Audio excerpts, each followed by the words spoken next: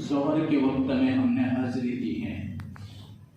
مومن بندہ جب تک نماز کے اندر ہوتا ہے اللہ کی توجہ اس کی طرف ہوتی ہے۔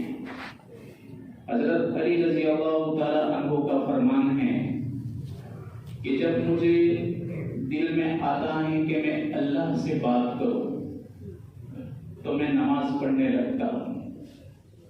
جب میرے دل میں آتا ہے کہ اللہ مجھ سے بات کرے تو میں قرآن پڑھتا ہوں۔ ہم جب تلاوت کرتے ہیں تو تلاوت اللہ کا مبارک کلام ہے، قرآن، گویا اللہ ہم سے بات کر رہا ہے۔ بندہ جب نماز پڑھتا ہے تو گویا وہ اللہ سے بات کرتا ہے۔ جب تک نماز کے اندر ہماری حاضری ہوتی ہے اللہ تبارک و تعالیٰ سے ہمارا کلام ہوتا ہے اور اللہ سے ہم بات کرتے ہیں۔ جیسے ہی بندہ نماز سے فارغ ہوتا ہے اس کے بعد پھر باہر جاتا ہے تو اس کی طرف شیطان متوجہ ہوتے ہیں۔ اللہ نے ہم کو ایک مبارک ماحول عطا فرمایا، اللہ کا احسان ہے۔ میں نے ایک مختصر قرآن کی آیت آپ کے سامنے پڑھی کہ جو کوئی مرد اور عورت نیک عمل کرے ایمان کی حالت میں، اللہ فرماتے ہیں کہ دنیا کے اندر بھی اس کو بہتر سے بہتر زندگی عطا کریں گے اور آخرت کے اندر بھی ہم اس کو عزتوں کے بلند مراتب عطا کریں گے، چاہے مرد ہو چاہے عورت، جو بھی ہو۔ اور صحابہ کرام کو اسی وجہ سے رضی اللہ عنہم ورضوا عنہ کہا گیا۔ بندہ اللہ کو راضی کرے یہ سب سے پہلا مرحلہ ہے۔ ہم اپنے خالق کو راضی کریں یہ بندے کا پہلا مرحلہ ہے، لیکن اللہ بندے سے راضی ہو جائے یہ بہت بڑا مرحلہ ہے۔ صحابہ کرام کے حق میں دو باتیں کہی گئی، رضی اللہ عنہم ورضوا عنہ، اللہ ان سے راضی اور وہ اللہ سے راضی۔ ہم تو اللہ کی تقدیر پر اور اس کی مشیت پر راضی ہیں، لیکن اللہ یہ پروانہ دے دے کہ میرے بندے میں تجھ سے راضی ہوں، یہ دوسرا مرحلہ ہے اور یہ بہت بڑا مرحلہ ہے۔ اب اللہ تعالیٰ راضی کیسے ہوتے ہیں؟ داؤد علیہ السلام نے ایک مرتبہ فرمایا کہ میرے رب جو قیامت کے دن تو ہمارے اعمال کا وزن کرے گا وہ وزن کا ترازو کتنا بڑا؟ داؤد علیہ السلام کے سامنے اللہ تعالیٰ نے وہ ترازو ظاہر کیا۔ کتنی بڑی ترازو!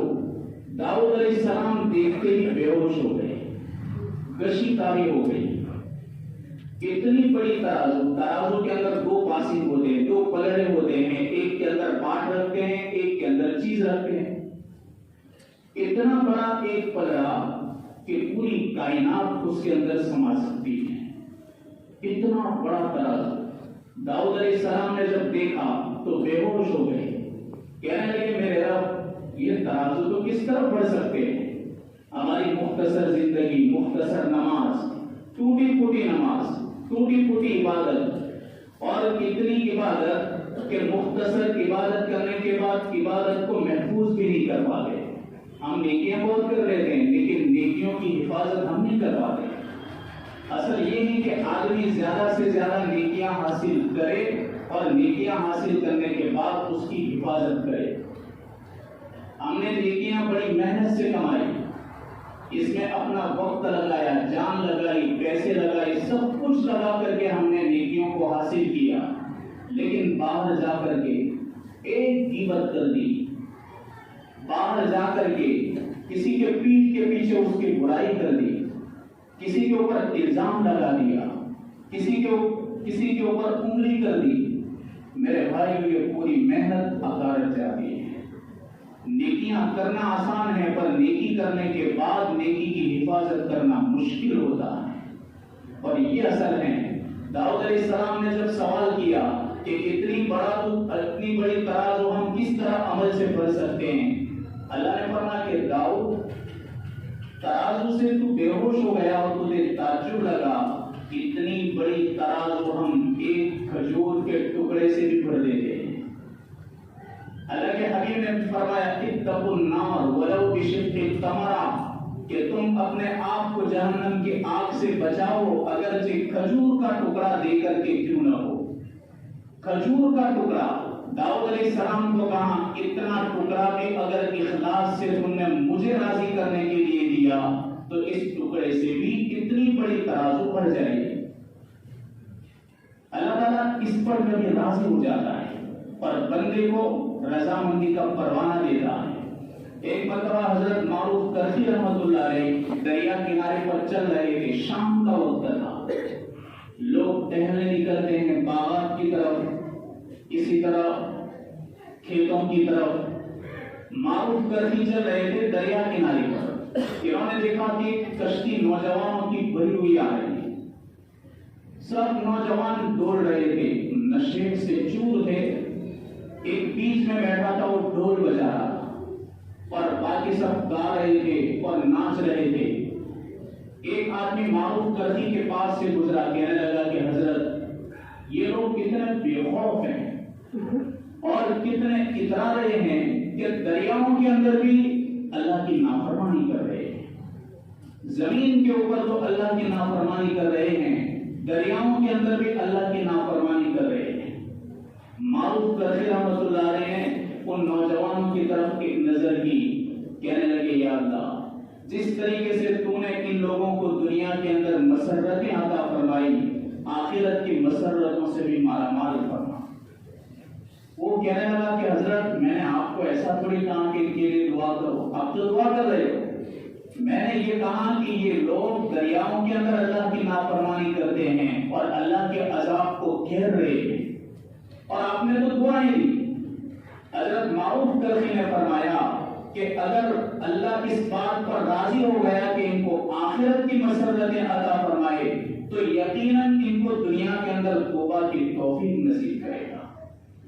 اللہ جس بندے کے حق میں فیصلہ کرے کہ میرے اس بندے کو مجھے جنت کے اندر جنت میں داخل کر کے اس کو مرتبہ دینا ہے تو دنیا میں توبہ کی توفیق دے گا.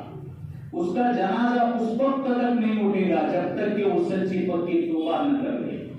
سچی توبہ کرے گا, پکی توبہ کرے گا, اللہ اس وقت اس کو موت دے گا اور پھر اس کو قبرستان کے حوالے کرے گا.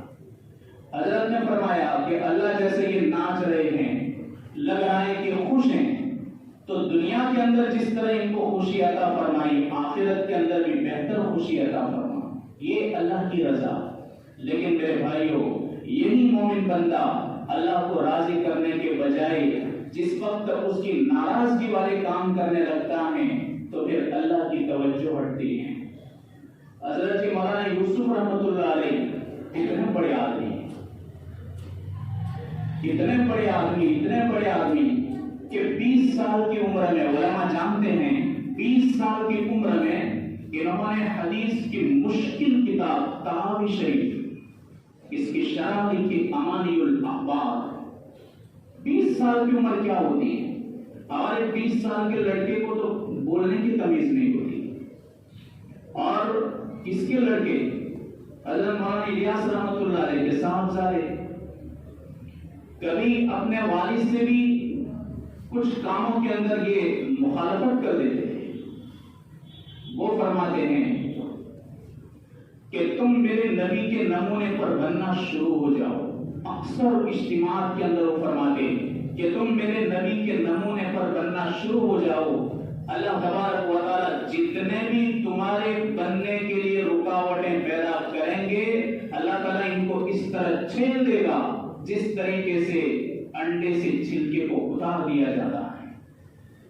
جو بھی تمہارے بیچ میں آئے گا تمہارے بننے سے روکنے کے لیے, اور جو بھی آ کر کے بیچ میں روڑا بنے گا ایمان والوں کے لیے, اللہ انہیں اس طرح توڑ دے گا جس طریقے سے انڈے کے چھلکے کو توڑ دیا جاتا ہے.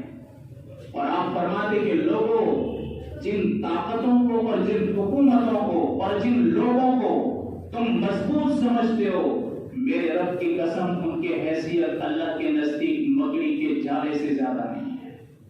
جیسے مکڑیاں ہو, ہزاروں مکڑیاں ہو, ایک چھوٹے بچے کے ہاتھ میں جھاڑو پکڑا دو, وہ چھوٹا بچہ کمزور ہاتھ سے جو ہی وہ جھاڑو پھیر دے گا, ہزاروں مکڑیاں ہوگی ان کے سب مکانات ختم ہو جائیں گے، ٹوٹ جائیں گے، ویران ہو جائیں گے، ان کا وجود تک مٹ جائے گا ایک معصوم بچے کے ہاتھ سے۔ اللہ کے حبیب کی آمد سے پہلے دنیا میں جالے لگے ہوئے تھے، بڑے بڑے جالے، اتنے مضبوط جالے لگے ہوئے تھے، لگتا تھا کہ قیامت تک جالے کبھی ختم ہی نہیں ہوں گے۔ کیسر و کسرا کتنے بڑے جالے تھے، کیسر کا جالا مضبوط جالا، کسرا کا مضبوط جالا، اللہ کی مخلوق کو انہوں نے غلام بنایا تھا، سجدے کروائے، ان کے پیروں کے اندر سجدے کروائے گئے اور خدائی کا دعویٰ کیا گیا اور لوگوں کو اللہ اور خالق کی عبادت سے نکال کر کے اپنی خود کی عبادت کرنے پر ان لوگوں کو مجبور کیا تھا۔ لیکن صحابہ اکرام کی شکل میں اللہ تبارک و تعالیٰ نے ان کے حق میں تقدیر میں فیصلہ کر دیا۔ ایک جھاڑو حضرت عمر نے لگایا کہ کیسر و کسرا کے دربار ٹوٹ گئے، ایک ہی جھاڑو کے اندر ختم کر دیا۔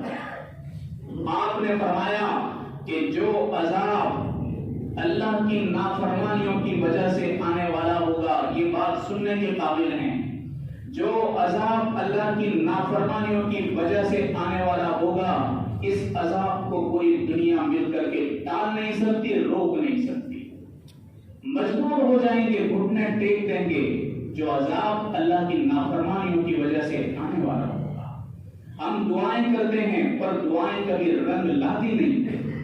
تہجد کے اندر اٹھ کر کے بیچارے اہل اللہ زارو قطار روتے ہیں، داڑیں مار کر روتے ہیں۔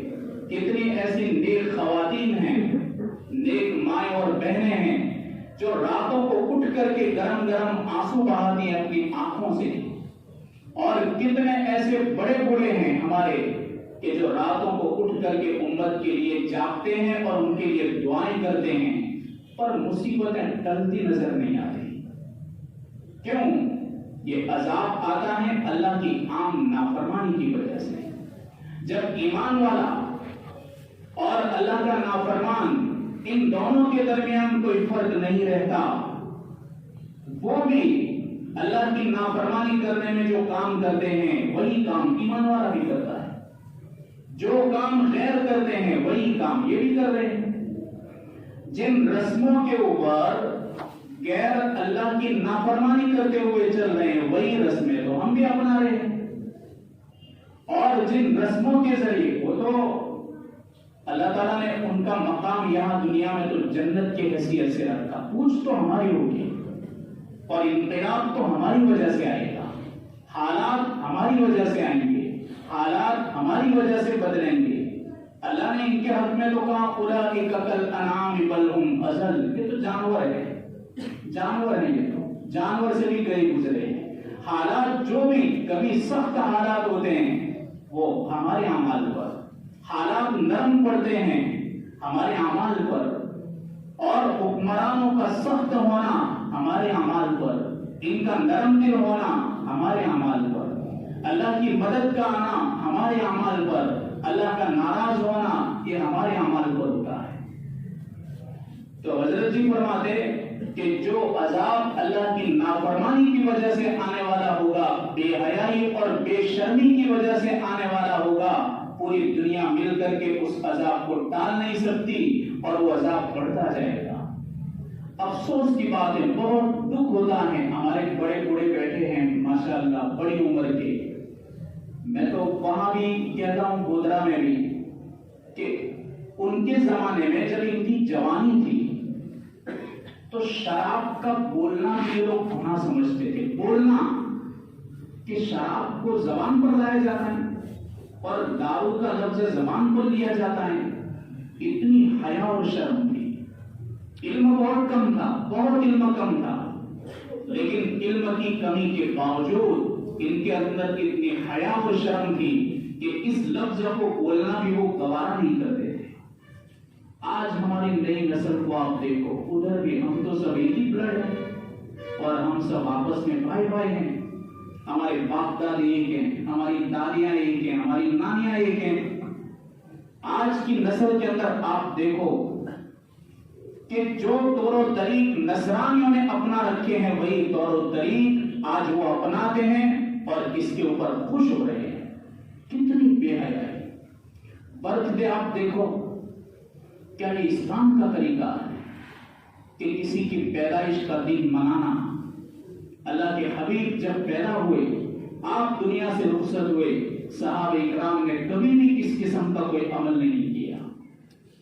عام اور خاص کر جوان بیٹیوں کے اندر، جوان لڑکیوں کے اندر یہ مصیبت پڑ گئی ہے۔ اللہ اس سے ہماری حفاظت فرمائے۔ ان نافرمانیوں کی وجہ سے جو عذاب آئے گا وہ کبھی نہیں ٹلے گا، اور ان نافرمانیوں کی وجہ سے عذاب آئے گا وہ بیماریوں کی شکل میں آئے گا، اور قیامت سے پہلے بڑی بڑی بیماریاں آئیں گی کہ کروڑوں لوگ موت کے گھاٹ اتر جائیں گے، لیکن ان کی دوا انہیں مہیا نہیں ہوگی۔ جب اللہ تعالیٰ کی ناراضگی آئے گی، وہ تو جانور ہیں، ان کے نقش قدم پر تھوڑی ہم چلیں گے۔ اللہ کے حبیب نے فرمایا اصحابی کالنجوم، میرے صحابہ ستارے ہیں، فَبِأَيِّهِمْ اقْتَدَيْتُمْ اهْتَدَيْتُمْ، میرے صحابی کتنے صحابہ؟ کم و بیش 1.25 لاکھ صحابہ، ایک صحابی کی بھی تم اتباع اور پیروی کر لو گے، تم جنت کے راستے پر چلے جاؤ گے۔ اور اگر تم نے ان کی زندگی سے ہٹ کر کے زندگی گزاری تو پھر دنیا کے اندر کی ذلت ہیں، آخرت کے اندر تو رسوائی بڑی خطرناک ہے۔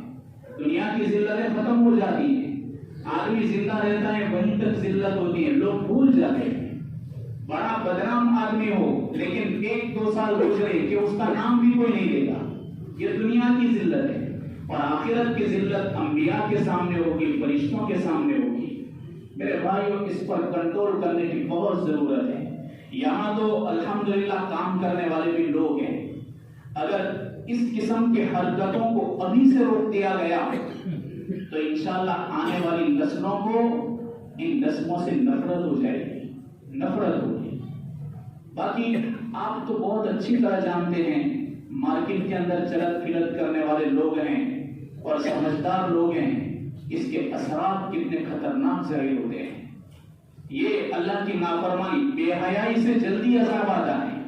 اللہ تعالیٰ بے حیائی کو برداشت نہیں کرتا، کفر کو برداشت کر لیتا ہے، پسند نہیں کرتا، کفر کو برداشت کر لیتا ہے، لیکن بے حیائی، بے شرمی اور آوارگی کو اللہ برداشت نہیں کرتا، زیادہ مہلت نہیں دیتا۔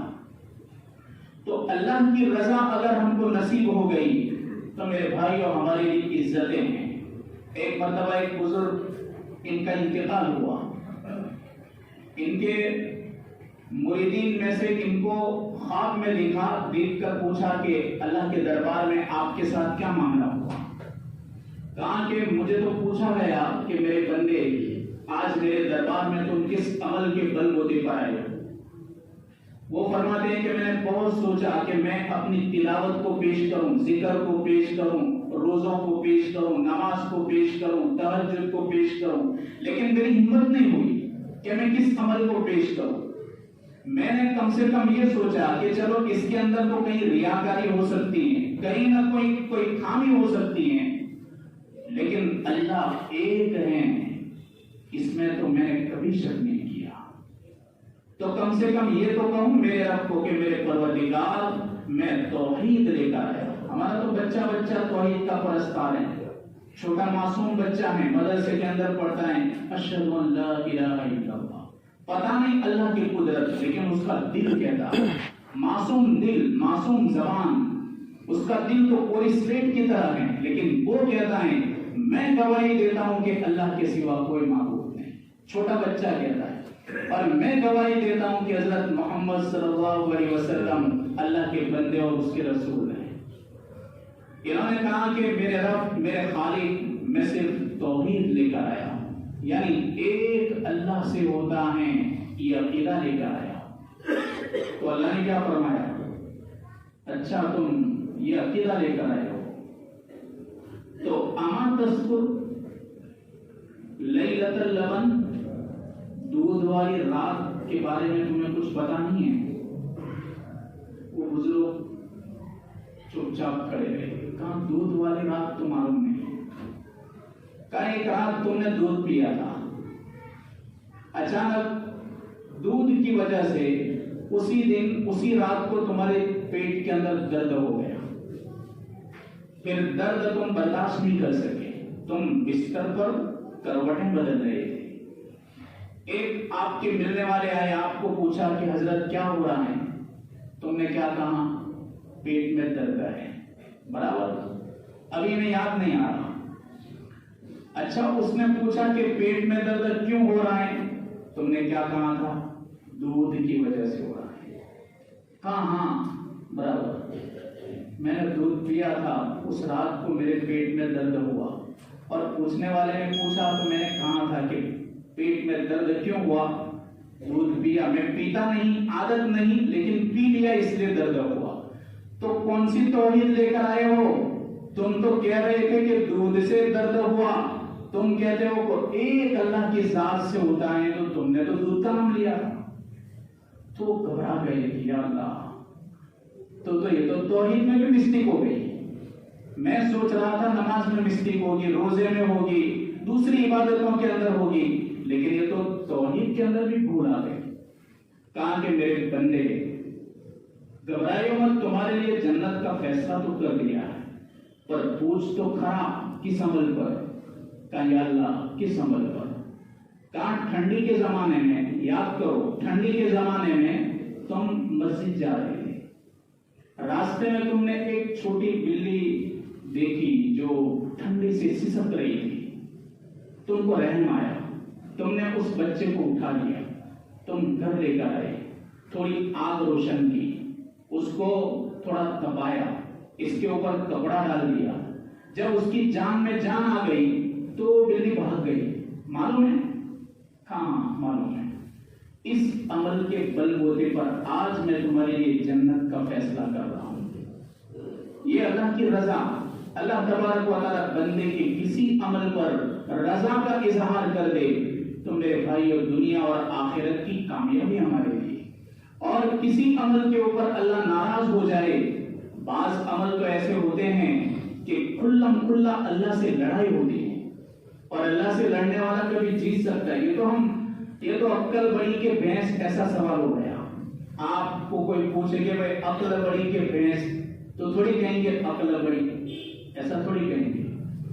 ہم کہیں گے سرے سے سوال ہی غلط ہے. عقل اور بھینس میں کیا, ان میں کوئی جوڑ ہی نہیں ہے. اس کا جواب یہ نہیں ہے کہ عقل چھوٹی, عقل بڑی اور بہن چھوٹی. اس کا جواب یہ ہے کہ سوال ہی غلط ہے. یہ اس کا جواب ہے. تو اللہ تعالیٰ سے کبھی سیدھی لڑائی ہوتی ہے. آپ نے ایک گناہ پر فرمایا کہ جس کسی مومن مسلمان نیک مسلمان کو, میرے بندے کو کسی نے ستایا تو میں سیدھا ڈائریکٹ اس کے ساتھ اعلان جنگ کرتا ہوں. اللہ کے ولی کو کسی نے ستایا تو میری اور اس کی سیدھی لڑائی ہے. یہ تو حدیث میں. قرآن میں آپ نے فرمایا, اللہ نے فرمایا کہ جو کوئی آدمی سودی کاروبار اور سودی لین دین کرے تو سیدھی میری اس کے ساتھ لڑائی ہے. فَإِن لَّمْ تَفْعَلُوا فَأْذَنُوا بِحَرْبٍ مِّنَ اللَّهِ وَرَسُولِهِ. اگر تم اس سودی لین دین سے باز نہیں آتے تو آؤ میدان کے اندر, میں اور میرا رسول دونوں نکلتے ہیں, تم بھی نکلو, ہمارے درمیان لڑائی ہوگی. تو جو اللہ کا مقابلہ کرے کبھی بھی کامیاب نہیں ہو سکتا. اس کی تقدیر کے اندر ہار ہے, اس کی مقدر کے اندر شکست ہے, اور وہ ہار نہیں کر رہے گا اس لیے کہ مقابلہ سیدھا اللہ سے ہو رہا ہے. جب کبھی بھی ایسے مقابلے ہوتے ہیں روئے زمین پر, میرے بھائیوں, اللہ تبارک و تعالی دنیا کے اندر بھی ذلت اور خاری تقدیر میں لکھ دیتا ہے, پر کبھی بھی یہ لوگ ترقی نہیں کر سکتے. یہ اللہ کی رضا اور ناراضگی کی دو تین باتیں ذہن میں آئی. اللہ تبارک و تعالی ہمیں کہنے سننے سے زیادہ عمل کی توفیق عطا فرمائے, اور اللہ تعالیٰ اپنی رضا نصیب فرمائے. ہم بھی اللہ کو راضی کریں اور اس کی مرضیات والی زندگی گزارنے کی توفیق عطا فرمائے.